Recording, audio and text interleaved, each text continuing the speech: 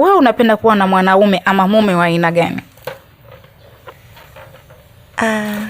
Mwanaume ambaye pia yani anakuwa tu ana upendo, hayo mengine mimi sijui, lakini awe tu ana upendo, ananijali, lakini pia ajue nini ambacho mimi ninahitaji katika huo upendo.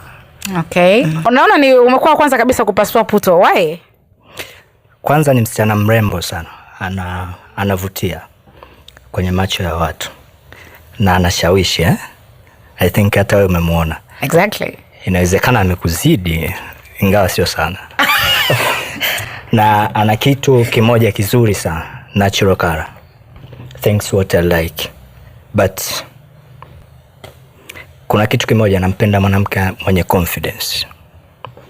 Ndio kitu ambacho nimeona ameluzi. Kwani amefeli kwenye kujielezea ama kafeli wapi? Yes. Once unatakiwa ku-express yourself, inatakiwa useme, usiulizwe maswali mengi, jieleze. Sawa, be comfortable.